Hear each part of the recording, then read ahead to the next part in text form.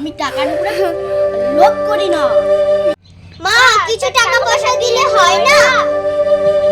তোকে ফেল করিয়ে দিব। মা আমি কিন্তু দেবাংশুর দিদি, আমাকেও কিন্তু পাস করাই দেয় না। গেলবার শপিং করতে পারবো। যদি মা ফেল করি পরের বছর পূজাই করব না, তোমাকে আনবো না। পূজার দিন একটু কোথাও ঘুরতে যাব, সেটা যেতে পারবো না। মা পাস করিয়ে দাও, ওই করিয়ে দাও, শুধু ওদের কামনায় পূরণ করতে হবে। পূজাতে একটুও শান্তি নাই, এদের জন্যই খুব জ্বালা, ভালো লাগে না। কেন ভালো মধ্যে, কেন আজকের দিনটা একটু ভালো মন্দ খাবো, সেটাও হয় না। বলো। আমি বড় হয়ে আইপিএস হতে চাই মা। আমি কি ছোট নাকি? হ্যাঁ বলো তো তুমি।